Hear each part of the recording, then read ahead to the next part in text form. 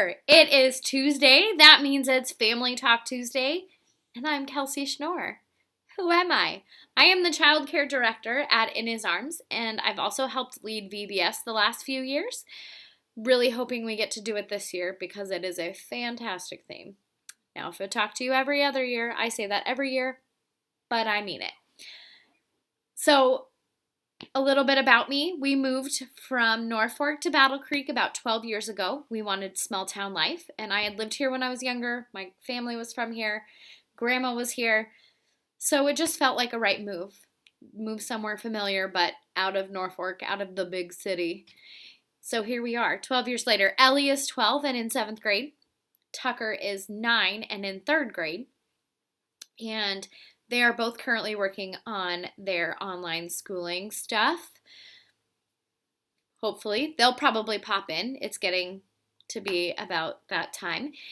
We also have a mini Aussie, and she barks at everything that moves, so I guarantee that there will be at some point an interruption from her.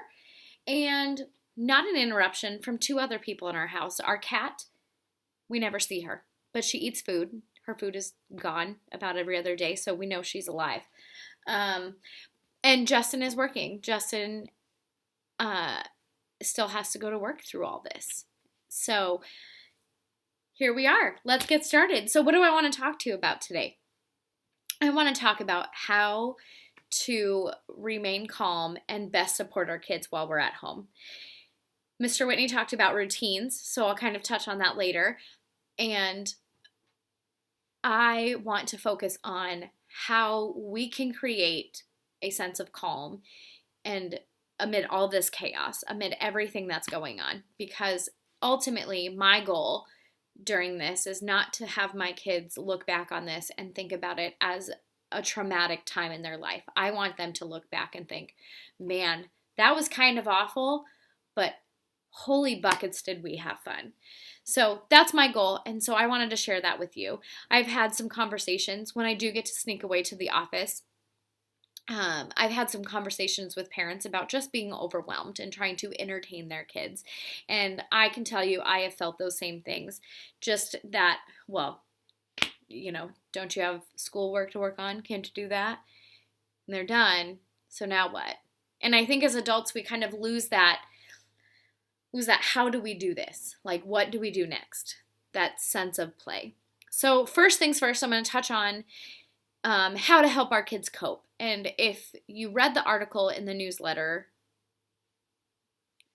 this month, I don't know, I've lost track of time. It's a more thorough letter is in there, but I'm just going to touch on it. So don't be afraid to talk to your kids. The more that we brush our kids off, the more that they're going to feel worried and panicked. And that's with everything.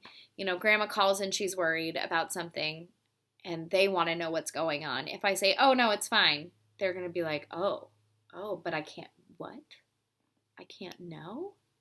So we want to just be open with them and follow their lead. Someone once told me that if a kid is asking a question, that means they're ready for the answer. So you don't have to go into this big elaborate explanation of what they're asking. Just simply answer their question, and if they ask again, answer again. We've always functioned in our family that if they're asking those questions, they're ready. And if we don't give them the answers, they're going to find them somewhere else. And we want our kids to have correct information or help them find correct information if we don't know. So that's kind of where we're at. You also want to be mindful of your own anxieties about the whole thing. Like, there is so much going on. There are people not working. There are people not getting paid. There are people that have cut hours. There are people that are working so much. They're worried about the virus. They're worried about money. There's so much anxiety and stress associated with all of this. So just be mindful if they're asking you questions. If your anxieties come out or you're feeling anxious and overwhelmed, it's going to translate to them. And so the more you can put on that sense of calm for them, the calmer they're going to be about it. And keeping the routine. So in our house, we have a routine. Monday through Friday, kids still get up. They might get to sleep in a little bit later than normal because we don't have to go anywhere. And most of the time they don't even get out of their pajamas. But they get up and they have to be ready to be logged in no later than 8:15. And that includes breakfast, brushing teeth, just as they would any other day.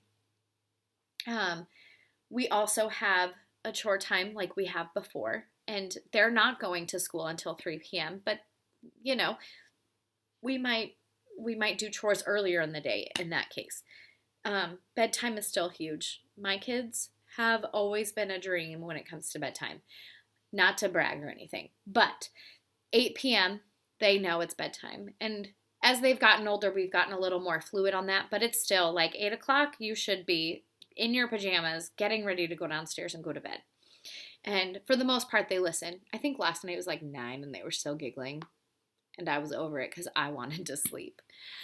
But we keep that routine because I'm very much a routine-based person, and I know my kids are. And lastly, something that I've learned being at home with my kids, perfection is not necessary. We get so bogged down, I think, with trying to make sure that what they're doing on their school computers is perfect and making sure that what they're doing is just amazing, right? And maybe I'm wrong, teachers. Sorry if I am, but I don't push my kids for perfection. I mean, if you know Tucker, you know he doesn't like to sit for more than 3 seconds anyway. So whatever I can get out of him, I will. And I'm okay with that. I struggle with making him feel so stressed out that he's just shutting down and breaking down, and there's yelling and screaming and crying and all of the things, and it's not worth it. And I also have to remind myself that I am not going to be perfect, that I am not going to be that picture perfect mom. I've put away the Pinterest. I will not look at Pinterest. Okay, I might look at Pinterest, but I'm not going to be that Pinterest perfect mom. I'm not going to be that highlight reel mom. I am not going to be 100% every day, all day. And I have to be okay with that. And I think in our society anymore, we feel like we have to be picture perfect. And if we're anything less than that, then it just breaks us. But I'm here to tell you it is okay. Because our kids are going to love us no matter what. Because they're not perfect. So it's all right. So first up, I want to talk about how to create the environment of calm for your kids. So first things first, if they're doing homework or you're doing chores or you're just sitting, take breaks. Get up and move. That could be go for a short walk. Yesterday we went for quite a long walk to just break up our day. Or that could be anything. If you need to go switch laundry, go switch laundry. Have the kids unload the dishwasher. Just move your bodies. Get up. Have a dance party. Who doesn't like to have dance parties? They happen quite frequently around our house. And maintain connections with friends and family. One thing I've been so impressed with our teachers is the Zoom meetings. I absolutely love it. And yesterday Ellie was on one with Pastor Fouts, and it was just hilarious because Tucker and I kept going in there and interrupting, but they all looked like they were having so much fun. Ellie was running around the house like a mad person. Tucker had one yesterday and he was so excited. It was a friend's birthday and, just those kinds of things. On top of that, we FaceTime my sister quite frequently, and we FaceTime my mom, who, they're both in Norfolk, but social distancing sort of things. So FaceTime, video chat, call if you don't have those things. Facebook does video chatting too, also, for you non-iPhone users. But use those things and help your kids to stay connected. Help do some sort of normalcy. Friday night, we did a virtual game night on a Zoom meeting, and that was super fun. Let your kids do that. There are great ways to connect with friends and family, but they need that social interaction. I know I do. Allow for a quiet time. So if your kids are older or younger, you're still probably going to have a nap time. No, my kids are weirdos and they love naps. They love quiet time most of the time. So we still, after lunch, we still try to find some way to kind of recenter and recollect, because it can be a long day when you're stuck in the house all day. So allowing everyone to just step back, go to your bed and read a book, or go take a nap, or something. Allowing time for quiet time, setting aside that time for everyone to just breathe and just recollect. We need to be positive. So don't tell Justin I'm telling you this, but he is a Debbie Downer. He is not a positive Patricia, or whatever phrase it is. I have to work so hard to keep him positive sometimes, because he likes to see the negative side and he likes to be prepared. I totally respect that. I, on the other hand, love the positivity. Like if I was negative all day, I'd probably just sit on my couch and watch Netflix and do nothing with my life. But not me. There's so many things that we could get out of this. So I have taken it as a sign to remodel our camper. So that is a project that we're working on. But finding the good in it. Remain positive through everything. And that's in how your kids are acting. Like, yes, our kids are going to act out right now because they're bored and they're stressed. And so with that comes some behaviors, especially if they're younger. So just radiate that positivity. Find ways to positively, discipline our kids. And that could be a whole nother topic. Be creative about activities. So the same things that we're doing, cooking supper, be creative about it. How can you make it fun? Painting. If you let your kids paint in your house, which I applaud you if you do, how can you make it a creative experience? Play-Doh. How can that be fun? Just come up with different creative ways for the same old things, because we're 4 weeks in and we don't know how much longer this is going to go. And if your kids, there's no going back to school. So there's a potential that you're going to be stuck in the house until August with them. So you got this. Limit your consumption of news. The more that they see the news, the more that fear and stress kind of rises up within them. And we want to try to limit that. We don't have normal TV in our house. We stream everything. But even the videos that I watch, like when it comes to like the governor's talks or the president's talks, like I'm very conscientious of who's around me. Because I think the more that especially Tucker, when he sees it, he gets a little more anxious because he doesn't quite understand. And with that, going back up to positivity, find the path of least resistance with your kids.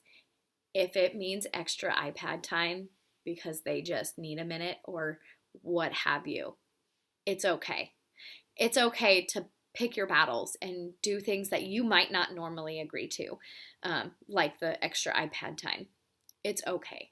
These are extenuating circumstances, and it's not worth the stress. And lastly, it's okay to ask for help. I don't know how many times I've called my mom and just like cried because I've just been so overwhelmed with all of it. And I think like even phone calls with friends, I'm like, I just need help. Just talk me through this. They don't even have to physically help. Just talk me through this. But with that, physical help is okay too. And what I mean is, if you just can't get to the grocery store, it's okay to ask, hey, if I ordered these groceries, can you go pick them up for me? I have a friend that actually works at Walmart, and she has 100% agreed to bring me my groceries and drop them off on my front porch. Her mom has agreed because they both work there. So it's okay to ask for help from people. Totally okay. So with that, let's get to fun stuff. How can we entertain our kids? Okay, so first of all, what's play? As adults, in this day and age, we have forgotten how to play with our kids.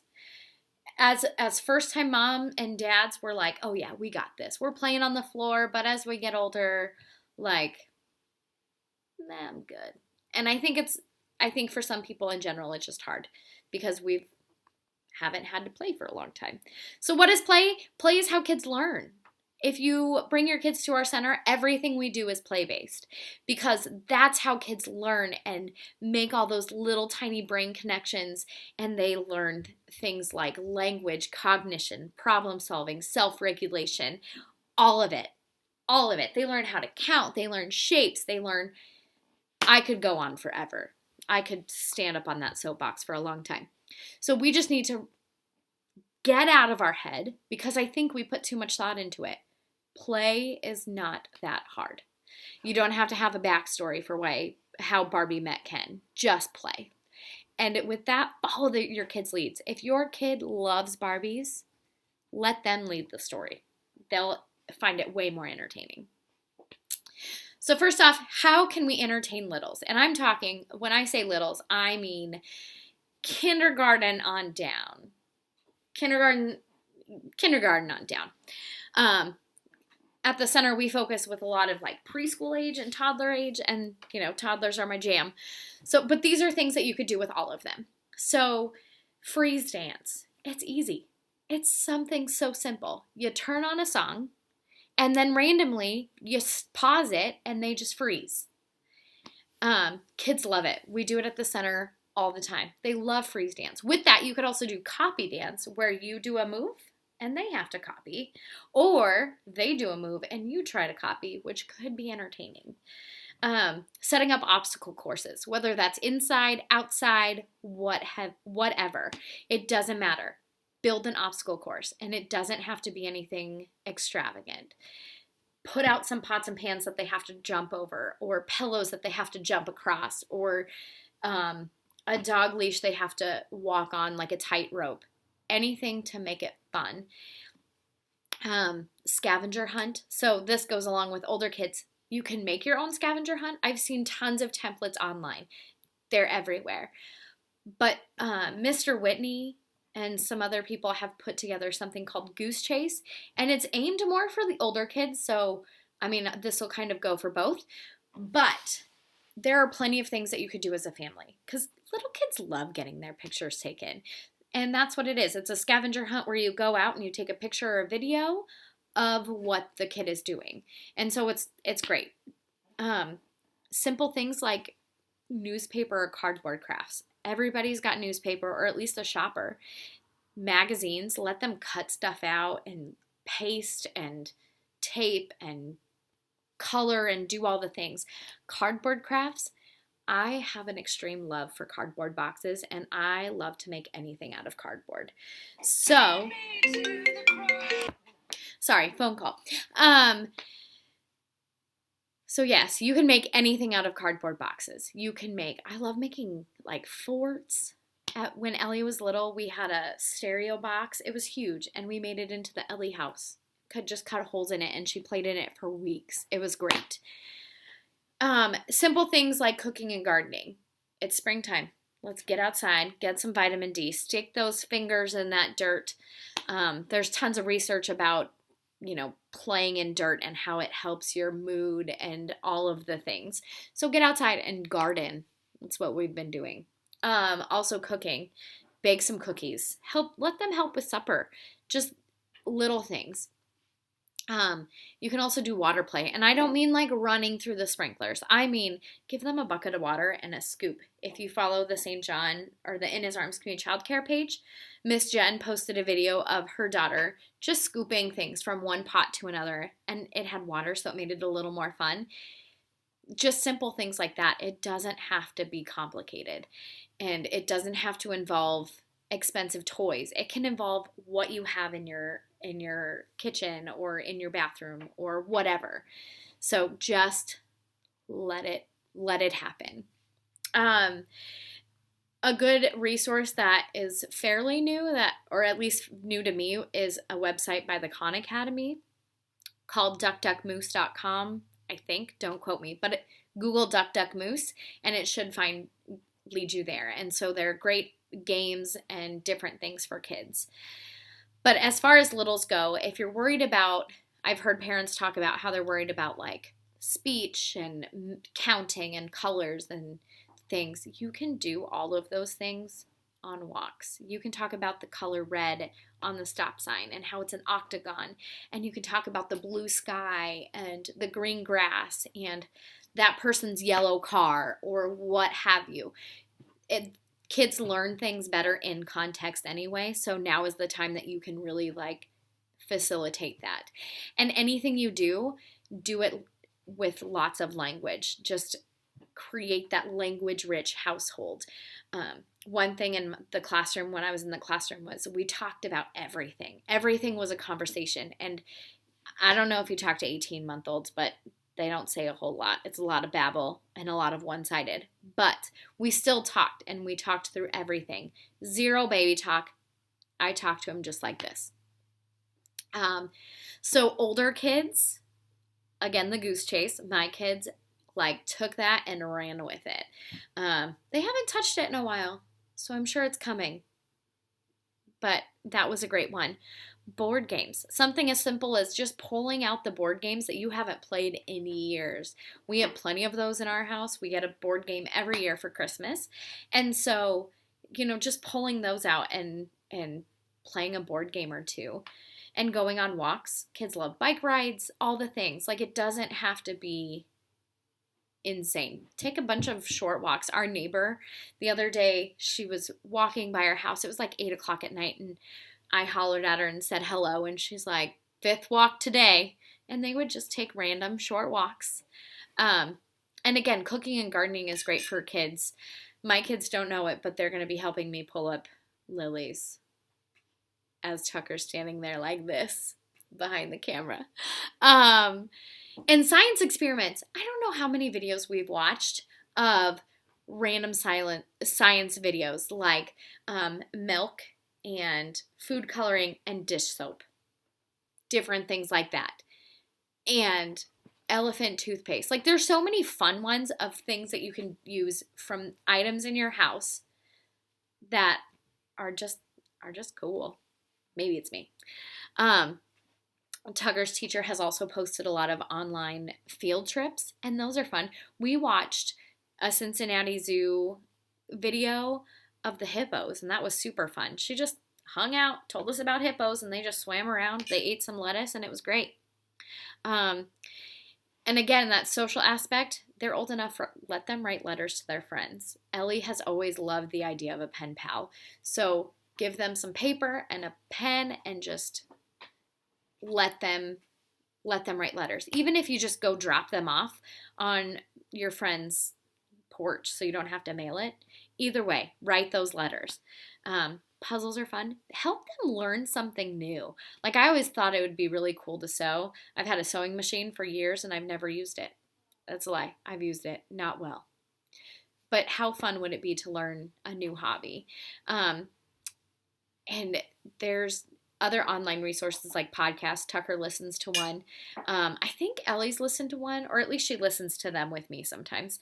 And the other thing I saw that was super cool is a Google Doc escape room. So it gives you the layout. It walks you through it. I don't know. I'm going to make my kids do one with me because the one that someone sent to me was a Harry Potter themed one. Nerd alert. So just be creative. Like, those are just easy things that we don't think about.